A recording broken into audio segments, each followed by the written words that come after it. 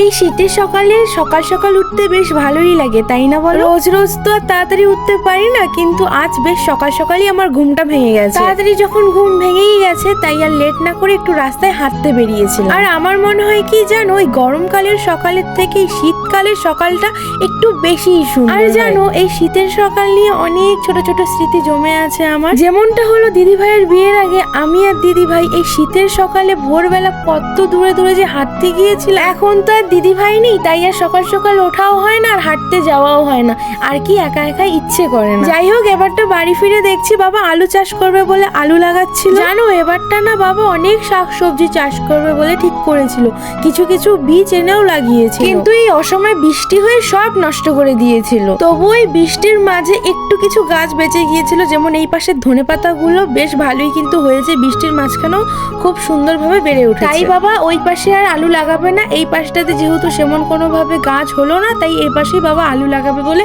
ঠিক করেছে। আচ্ছা, আজ না একটা বেশ ভালো খবর রয়েছে। আজকে বিকেলে আমি আর দাদা একটু ফুলবাড়ি গিয়েছিলাম, সেই সময় দাদার অফিসে একটু দরকার পড়েছিল। সেখানে গিয়ে দাদা আমাকে এই বেড়ালের বাচ্চাটা দিয়ে বলল, এটা আমাদের এখানেই থাকে, তুই নিয়ে যাবি। আমি তো বেশ খুশি। যাই হোক, বেড়ালের বাচ্চাটাকে আমরা নিয়ে এসেছি আর ওর নাম রাখা হয়েছে মিনি। আচ্ছা, আজ তাহলে আমি আসি, আবার নতুন এক ব্লগে দেখা হবে, টাটা।